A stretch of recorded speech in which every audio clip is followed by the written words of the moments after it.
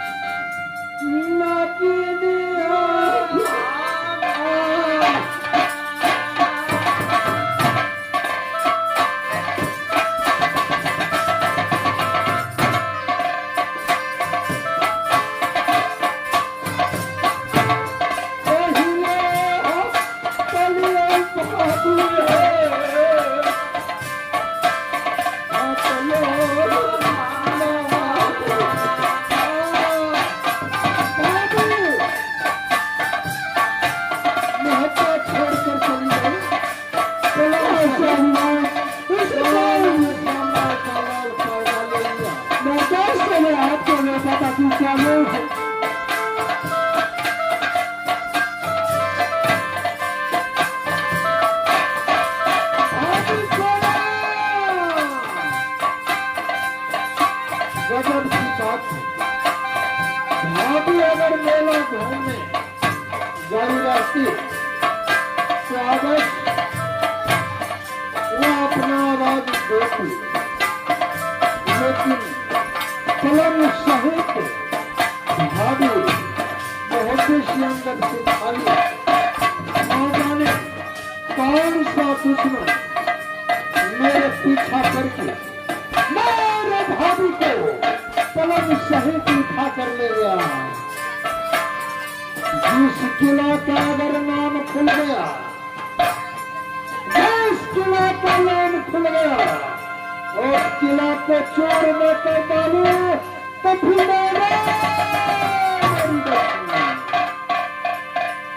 भाभी सुना कहाँ चली गई भाभी? भैया जी के पास गए, भैया रोक रहे जो बबुआ रुदल सिंह या भाभी के बातों में नहीं पड़े, मत ले जाओ झोला झुलवाने, न जाने कौन सा दुश्मन मेरे भाभी को पीछा करके और पलंग सहित घर से उठा के ले गया। मैं कहाँ जाऊं, क्या करूं, क्या जवाब दूंगा बड़े भाई अमरपति आल्हा सिंह को?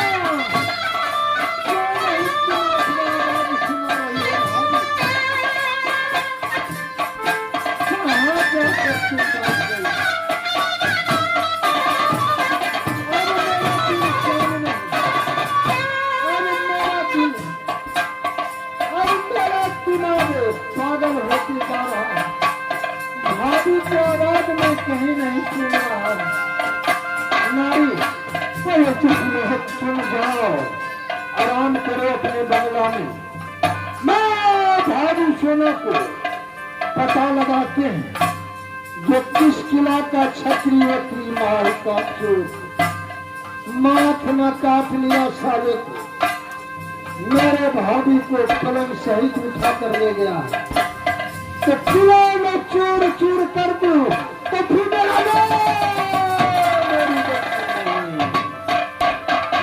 नारी, तब आराम करो।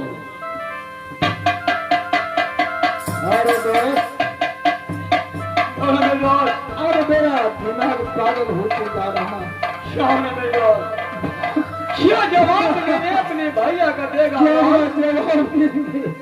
हमारे पतियाल हासिल भैया जी रोक रहे थे पर भैया जी से हम बात नहीं माने। सब दिन यही सुलहाना दोस्तों सत्य से भैया सुना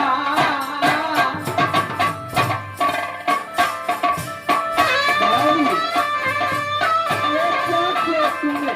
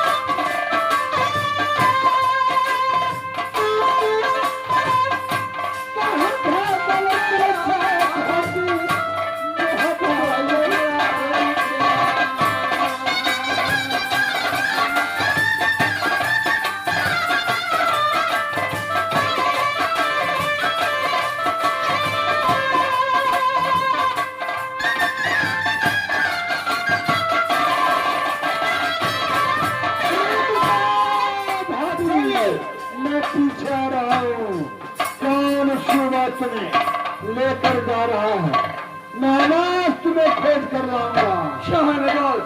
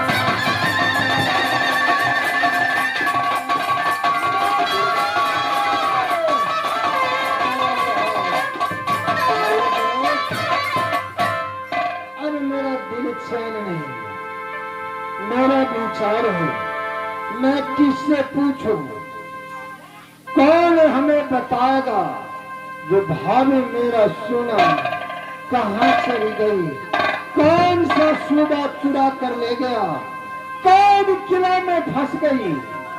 मेरा विचार है चलो माँ दुर्गा के मंदिर में चलते हैं, माँ दुर्गा से अर्जी लगाएंगे। अब जगत अवश्य भेद बताएगी माँ दुर्गा। हरे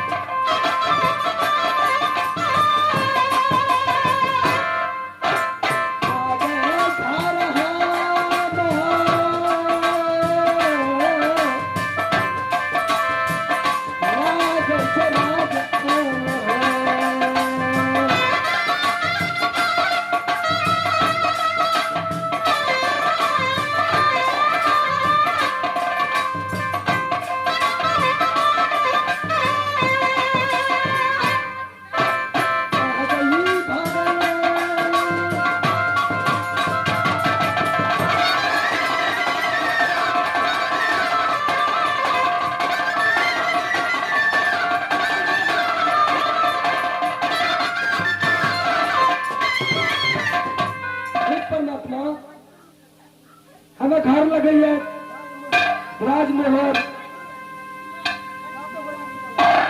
साथी बहनी दुर्गा नाम उत्तर लखनऊ